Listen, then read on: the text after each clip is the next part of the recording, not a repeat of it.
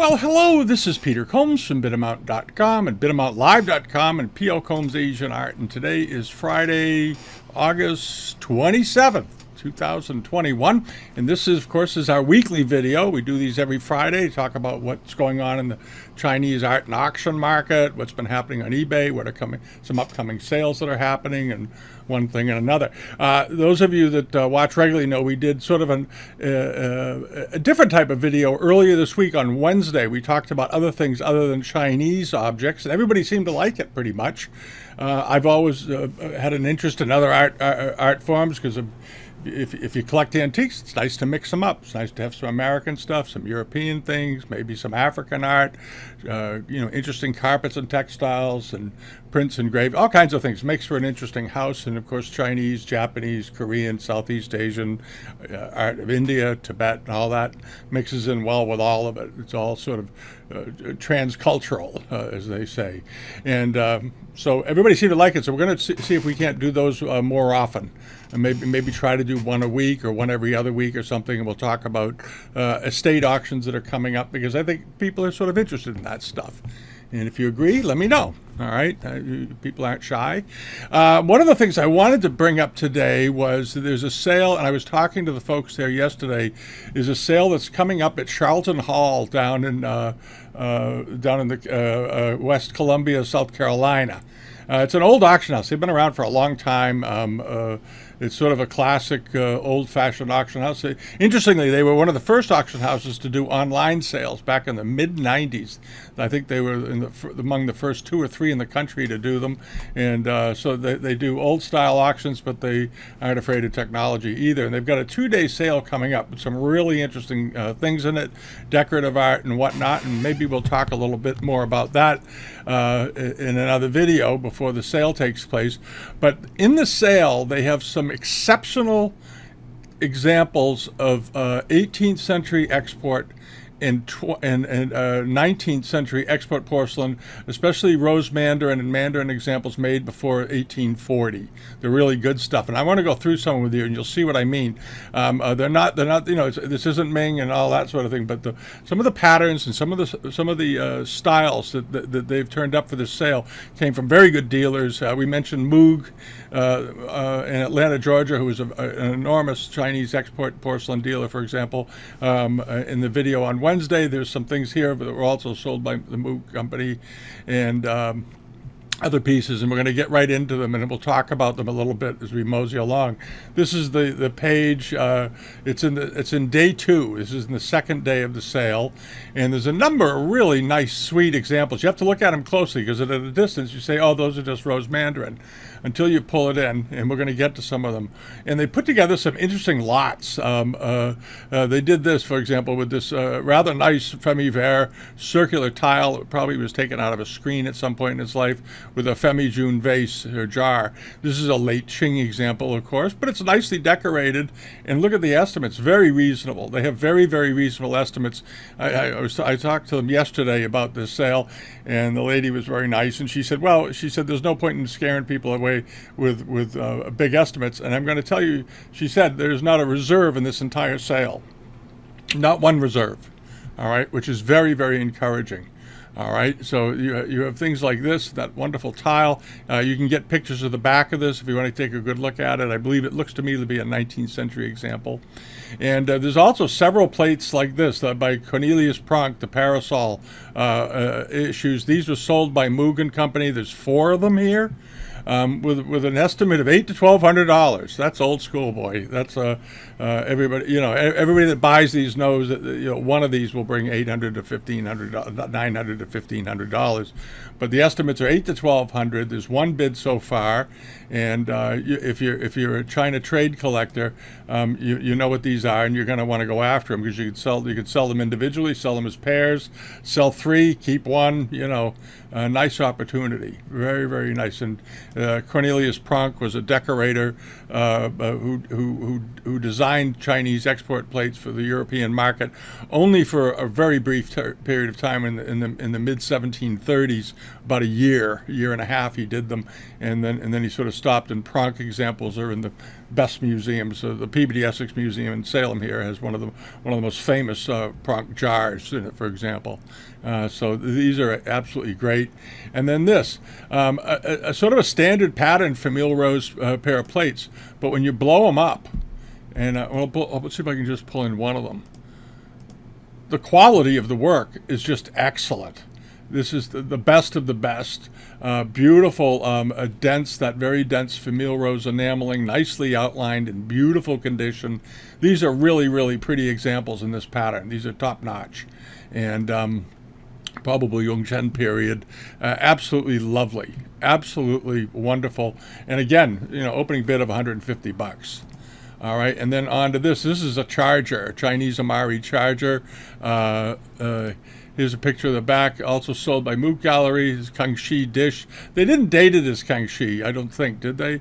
Yeah, they did. Okay, Kangxi period dish. Some of them they didn't bother. Anyway, this is a 17-inch charger. It's a whopper, and looks to be in nice condition. Of course, you want to get a condition report. Always get a condition report. Just see if ask them if they'd run a black light over it for you and check for repairs and whatnot. Modest estimate, $500 to $800. Ought to double that very easily, but a really nice example with lots of good gilding left on it and so forth. One of the things Moog was the dealer in this. He was sort of a condition freak long before it was an absolutely fanatical thing among the Chinese in the West. He was big on condition. He wanted things in beautiful, beautiful shape all the time, and he really gravitated towards those. So you end up seeing pieces like this with lots of gilding still intact and a very lovely, complicated, complex pattern, and very nicely done. And there's a tiny chip out of the footrim, which is nothing. Okay, which is nothing. You see that nice, clean, ivory-colored porcelain on the rim where it was fired. Beautifully done. And then over here to this. These are terrific. 1830s scenes, but look what's going on here. These are great. Look at this. A woman with a parasol. It looks like she's coming out of a clamshell. It looks a lot like a parasol, but it's actually a clamshell on its side. You can see the other one, and it's opening and letting her out of it. And another lady is riding in on a fish. And then you have this piece over here with flowers coming out of it, and this absolutely splendid border. These are really, really pretty. And here's another one with squirrels on the shoreline, and a lady riding or leaning up against a food line, holding like a spear. She's getting ready to throw it, and there are monkeys in the trees. There's a lot going on here. These are really wonderful plates, and estimated at $300 to $500. But remember, it's not reserved. And the opening bid is $150. For this sale, what you want to do, if there's no reserve, very often when they start the bidding, they might drop the opening bid down, and it might get you in. You might get into the bidding for $75 or $100 if there isn't already a bid on it, and you got a shot at getting yourself a really good bargain. All right, and then over here to this very nice 18th century Qinlong charger. I believe this is the charger. Yeah, it is. How big is it? 14 inches. Beautiful patterns. A well-known one with a village on a lake, and then surrounded by these fantastically well-done flowers around the outside. Absolutely great work. Beautiful color. And notice the gilding. It's all pristine. It's all perfect. Really, really good. And then there's a nice pair. These are not extraordinarily high quality. These are very good Mandarin quality 1840s pair of vases. They each measure 17 inches tall, though. These are big. Nice big size, spectacular table lamps. My God, they're wonderful. $400 to $700 estimate, opening bid at $200. All right. This should be a sale that's of interest to people. And then on to this really nice pair of interesting, vibrantly colored and with this Prussian blue Mandarin dishes with precious objects going around the rim, scrolls and endless knots and all kinds of things, and firecrackers. It's just terrific. And these very interesting landscape scene. One of them has a horse in it, of course, so I had to put that in. Just love that. And again, a very modest estimate, $100 starting bid, and $200 to $400 estimate. And then this, a set of 4 plates. One of them is around 10 inches and the others are around 7 or so. But beautiful color palette, absolutely splendid, top quality color palette. And they all appear to be in beautiful shape. And they have that interesting, occasionally you see this blue enamel that they use on border decorations. And here it's particularly strong and bright. Here it's a little softer. It's a little softer than it's dark on this one, but all wonderful hand-done work, beautiful. And these are all sort of made to order porcelains. These were not just tossed on the ships as part of a big order and sent over to the West. These were selected carefully for their quality and for the pattern and so forth. They're absolutely splendid. And there are other things in there. You want to check it out, okay? And that's Charlton Hall, and they got a sale coming up on the 17th. This is on the 17th of September at 11 a.m. in the morning. All right, so do check it out. They're very easy to register with. I registered with them myself because I might throw a few bids in for the fun of it. And nice people down there. They've been around for a long time. One of the things I wanted to mention was in this sale, this has nothing to do with Chinese art, is this painting. And it's a painting by Thomas Hart Benton. And those of you that know he was from Kansas City, Missouri. He was one of the great painters of the 20th century. He was famous for doing giant, fanciful murals and all that sort of thing. Interestingly, as an aside, he was also the guy that he worked for the U.S. Navy in World War II, using his style of art to create camouflage for U.S. naval ships. And when he would draw the plans for camouflage, and then he'd make sure that everybody copied his designs exactly, because they would hand out the camouflage patterns to destroyers and ships at sea during the war, and they didn't want to accidentally sink the wrong ship, so they could recognize the camouflage patterns easily. So they had to be exactly replicated on all these ships that they were doing, so they would know it was an American ship, because the idea of camouflage is you can't tell who the heck it is. But at any rate, this painting is coming up, and a similar painting to this was sold at this painting sold at Christie's back in the 80s, but another similar one sold around 2010 at Sotheby's. But the really interesting backstory to this painting is I went to the Sanders Riley Gallery and all that sort of thing. Here's the Christie's label, and it's absolutely fine. It went through a conservatorship at one point to get some of the. This is painted on tin, so they're prone to flaking. But one of the things that was really interesting was this label, David Ramus Gallery. Now, if you've been in the business for any length of time, like going back to the 1980s, you'll know who David Ramus is. David Ramus went to prison, and he was a top-end art dealer in Atlanta, Georgia, and he handled Picassos, and he handled all the best of the best painters. The problem is he sold paintings he didn't actually have in the end, because he had some financial problems. He had a terrible drug problem. He ended up going to prison. And but he at one point, and before this one ended up being sold at Christie's and other places, he had sold this at one point through his gallery on Peachtree Road in Atlanta, Georgia, and it was an enormous art scandal when he got caught. And he's gone on the straight and narrow. He went to the Betty Ford Clinic. He got through his drug problem because it destroyed his life, the poor guy. And he's gone on to write books. And one of them was called the Thief of Light, and it's a story about an art dealer who becomes a criminal. And he wrote it while he was in prison. And at any rate, I think this is a really interesting side to the history of this painting. The painting is absolutely fine. The painting is not a fake or anything. But the problem with David was that he would sell a painting to somebody for $200,000 or $300,000 and get the money and not pay the consignor, and then he'd sell it again to somebody else and not give them the painting, and then avoid phone calls, and eventually he ended up bankrupt, owing millions of dollars and all kinds of trouble and that sort of thing. Today he lives in Florida. He's served his prison time. This was 20 years ago, and he's gone on to become an art teacher and be an all-around. He resurrected himself as an all-around pretty good guy, I think. But he went through a horrible period, and that's just part of the history of this Thomas Hart Benton painting.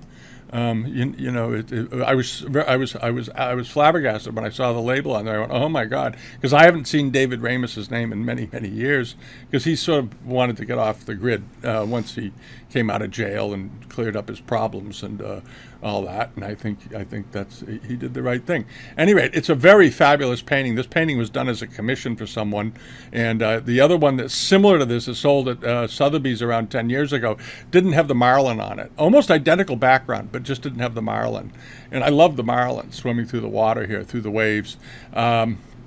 Let's see, what is this? Estimated at 40 to 60,000. It could bring 150, 200,000. It could bring a lot more than that.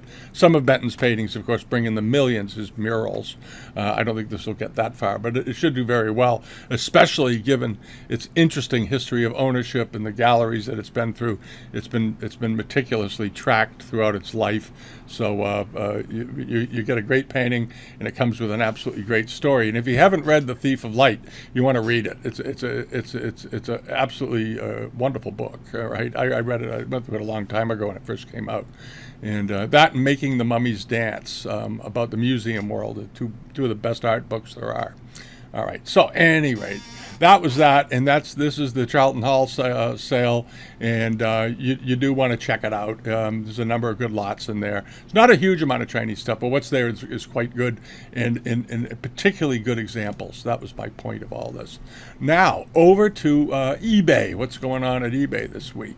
There's not a lot of price results to go through today, because last week so many of the items that we had on the newsletter page on Bidamount had just been posted, so a lot of them haven't closed yet.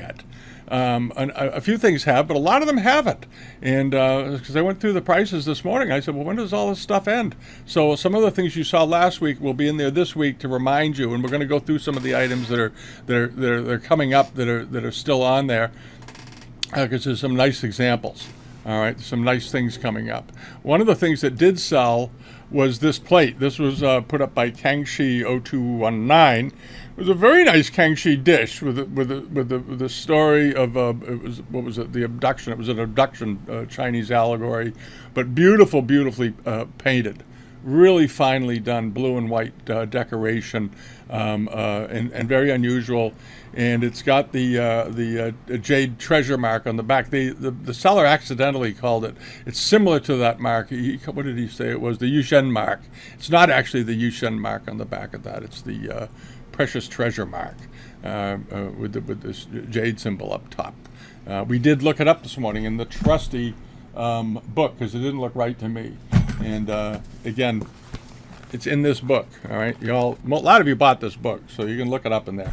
Anyway, we did look it up just to make sure. And anyway, it's a beautiful plate, Kangxi period, and it did pretty well. It brought $710. Okay, technically it's a bowl, really, because of the shape.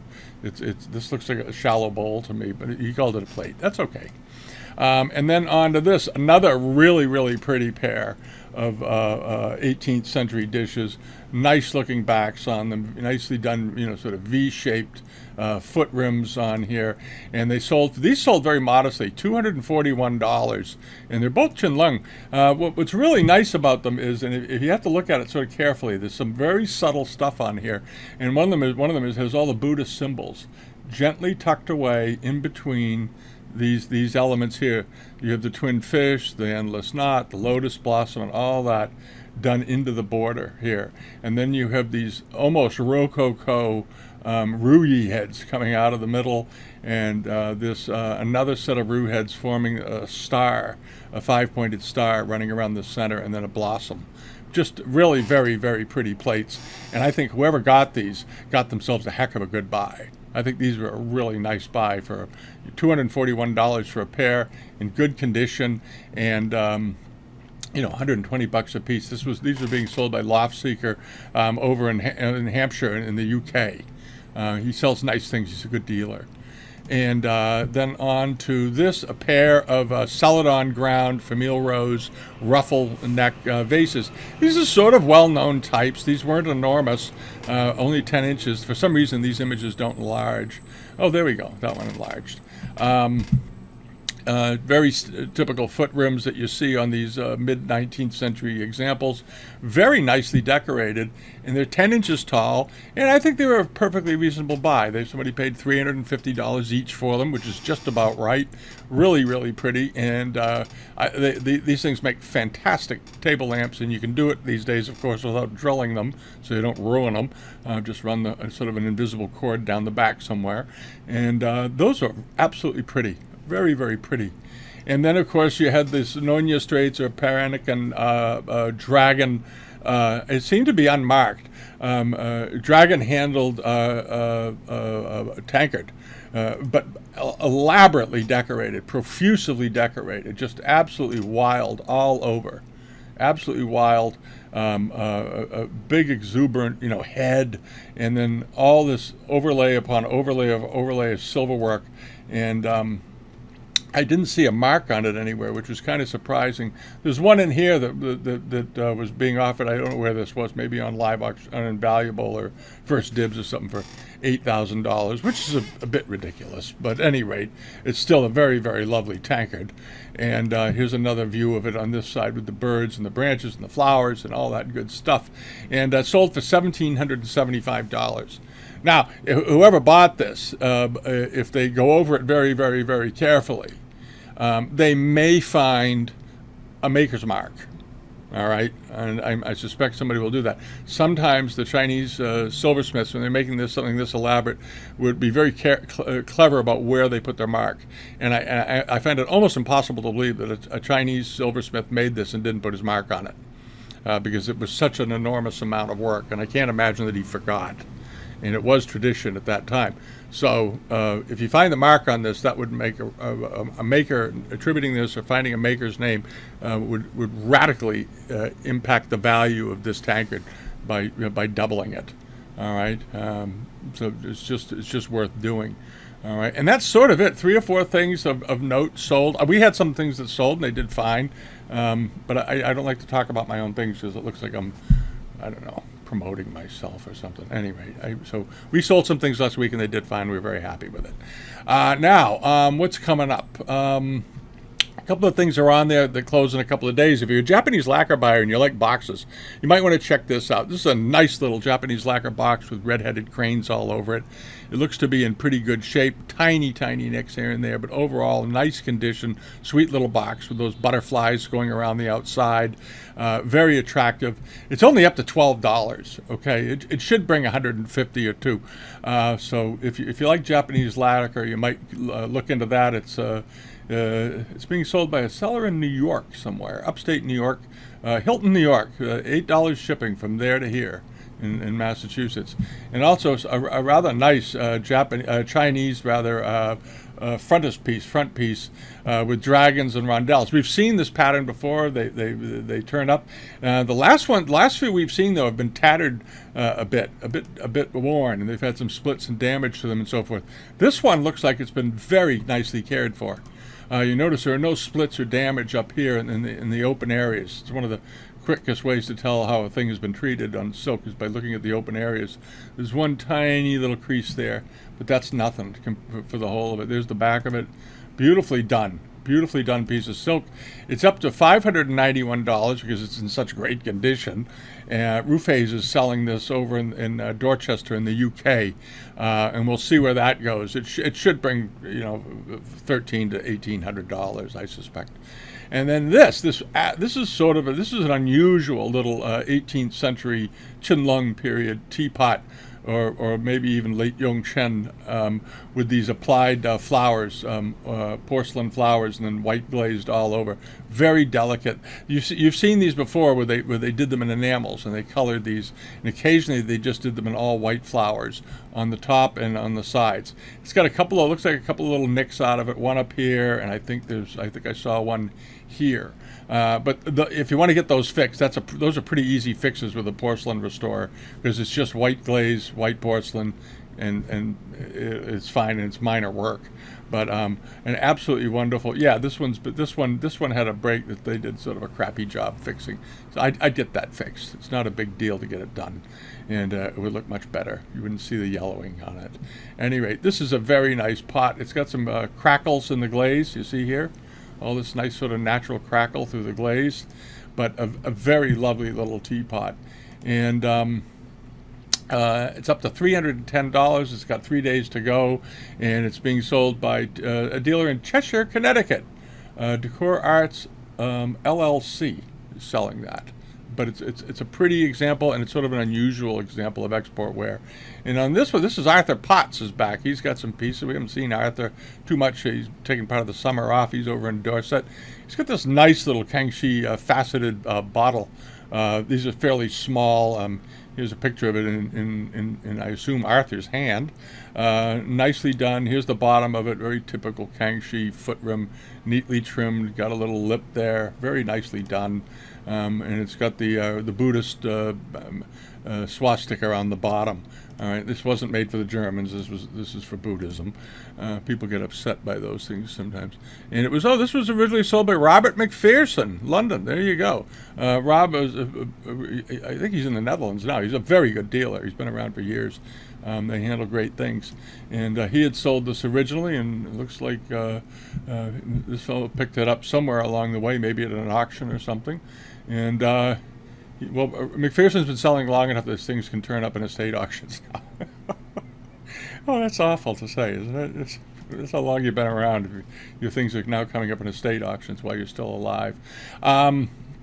Anyway, Arthur Potts has got this. It's up to only $68. Ought to bring $400 or $500. It's a sweet little example. It seems to have its original lid, and it looks like it's in great condition, and it's nicely painted. All right, and then this is closing in just a couple of days. This closes on Sunday. Is that Ming Lungquan Celadon with the wave pattern going around the outside of it. It's a nice incense burner. As you can see, it's pretty big. Here's the interior to it. It's got some body cracks, old cracks and fissures in it and whatnot, but it's the real deal. It's got a repair here. But if you're not in the position to spend $2,000 or $3,000 for one that's perfect, you might want to look at this and say, gee, this isn't bad at all. And it would display beautifully, and it's big. Okay, and that's a big part of it. It's up to just $365. I suspect it'll sell for probably $600 to $800, less than it would, of course, if it were perfect. But a nice piece of Celadon. And then this plate we talked about last week, just because I love the spinning fish in the middle. I love the pattern, and then I like the way they displayed the flowers and all this. It has a great sense of animation to it, I think. And it's up to $291. It's in very, very nice condition. It has no hairlines or restoration, and it closes tomorrow on Saturday. It will be in the all these things will be on the newsletter page. So if you've signed up for the newsletter notices each week, you'll get the update as soon as we put it out, and you can go check it out. All right, and then also this is up for sale. This is coming up. This closes also on Sunday. Is this very nice apricot ground with white metallic and gold metallic or silver metallic thread of phoenixes and dragons, and tree branches and birds of paradise and all kinds of good stuff going on. And this is a pretty good size fabric. It's 28 by 35, so it's almost 30 inches wide and almost 3 feet tall. So it's a good hanging piece. It's just up to $51, and I have no idea why. That seems awfully inexpensive. Should bring $400 to $600 pretty easily in the end. All right, and then this, those of you that are interested in Buddhist bronzes, this is over on CATAWIKI, and this is a very nice 19th century Edo period Buddhist bell. Very nice. This isn't a huge one either. This is only about 8 or 10 inches tall, but lovely detail on this. If you like Buddhist art, this is pretty nice. It's got a nice looking patina on the inside. I'd wipe it down with a damp rag to clean it up a little bit. But at any rate, it's a nicely done example. The rebuses, the going around the outside are nice looking. Those knobs, and there's the keyboarder running around it, and the horses and all that business. It's just a good looking old bronze, and it's up to 262 euros. It'll probably go a bit beyond that, probably up to around 600, I suspect, at the end, or 550. But it's a worthy thing to buy. If you like Japanese bronzes, that's a sweet thing. That's a nice thing. And you can always hang. The thing about nice thing about having bells and gongs is you can hang them in your house and keep a little padded hammer, mallet nearby, and every time you walk by, give it a little tap. See how long it resonates. They're nice. We have one in our house. It's a hanging, it's a vertical bell. It's like it looks like a trash can cover. One of those, the Japanese ones, and that thing resonates for about 10 minutes after you hit it. It's absolutely fascinating. It just keeps going and going. And if you've got things like that, use them. All right, now over to this. This is coming up. This closes on Sunday. Very, very pretty Famille Rose Late Qing Early Republic period dish. This is a nice one. It's got all that. These later pieces had a lot of this kiln grit business going around, and they typically were a very late Qing, Guangxu period, and even into slightly early Republic period, but not much. But this is a very, very pretty example. The flowers are nicely done, particularly nicely done, actually. And the turquoise is a very appealing tone, and these beautiful flowers all over it with that lovely bird. It's up to $227. I suspect it'll go up a bit more. How big is this thing? Oh, come on. Or is he one of these guys that just uses a ruler to tell you how big everything is? Hold on. Yeah, he does. A little under 10 inches. I hate it when people do that. Put the dimensions on the page. Don't be clever. And it's good to put it in because some people don't notice they're stupid and they don't notice their rulers. They're like me. I don't look for rulers. And then on to this. This actually closed. This was something that closed. I forgot to mention it. This was over on CATAWIKI last week. It was this really nice octagonal serving platter from the Kangxi period, but very nice decoration. Really, really lovely decoration. This nice dominant sort of orangey, warm orange color, and this bird swooping through the middle and so forth. This was a pretty plate, and ended up selling for 1,980 euros. And it was a pretty good size. It was 30 inches, about 30 centimeters, about a foot long from end to end, which is a nice size. And like I said, 1,980 euros. But very pretty, and it was in nice condition, which is absolutely crucial. And then this closes in 2 days. It's up to $1,550. We talked about it last week. This was that Buddhist patterned Kangxi bowl. It's got some edge roughness in a couple of spots, but it's a particularly nice example. Really, really nicely done with all the immortals floating on clouds, running around the outside of it, and it's up to $1,550. It'll probably go a little bit more. It'll probably go up to $1,800 to $2,300, somewhere in there. But a nice looking thing. We've already talked about that. And I think that's about it. Oh, this is the book. This is the book that I mentioned about David Ramus. This is called The Thief of Light. You can pick it up. You can get it looks like you can get a used hard copy example of it for about $5.98 or $9.98. It's worth buying. It's worth buying. If you want a good late summer read, it's a pretty good story. It's a pretty amazing story. It was written in 1995 while he was in prison at Angola prison in Atlanta. He spent a year and a half in there. He's lucky to have gotten out alive. It's one of the most dangerous prisons in the world. All right, and there's another story in here, just a quickie in the end here about the Benton thing, is that the Benton family is actually suing the bank that was managing the Benton Trust for misappropriation of paintings. I guess some paintings disappeared, and they're sort of having a hard time explaining where some of them went. And directors of the bank managed to give themselves sweetheart deals to buy some original Benton lithographs, and some shenanigans going on. If you ever hire a trust attorney to handle your stuff, and you go outside of your own family, make sure you pick somebody good, because even a bank with an impeccable reputation can slip, and now they're getting their bottom suit off. And it sounds like they probably have it coming. It sounds like they took some liberties with the Benton art collection. So we'll see where that goes. The depositions is still ongoing here. This is a fairly new lawsuit. We just filed about a year ago at the start of the pandemic. So at any rate. All right, that's all the news for the week. And I hope you all have a great weekend. And we'll be back next week. And I've got those of you that have some inquiries in for the video replies. I'm a little behind, because there's only so many I can do given the situation, at hand at any rate. But I'm doing them as quickly as I can. Please be patient, and have a wonderful weekend. And we're having a family get-together this weekend. I'm going to see my niece, who I haven't seen in a couple of years. She was actually living out in Seattle during the ruckus out there last year with BLM and all that insanity, and she actually moved back. She couldn't take it anymore. She gave up a very good job with Boeing and said, "I'm out of here." And I don't blame her. After hearing what was going on. So, anyways, I'm excited to see her. I haven't seen her in a few years, so that'll be nice. And that's about it. All right, have a great weekend, and we'll see you with the videos next week, and anything else that comes up during the next week or so. All right, bye everyone. Have a good weekend.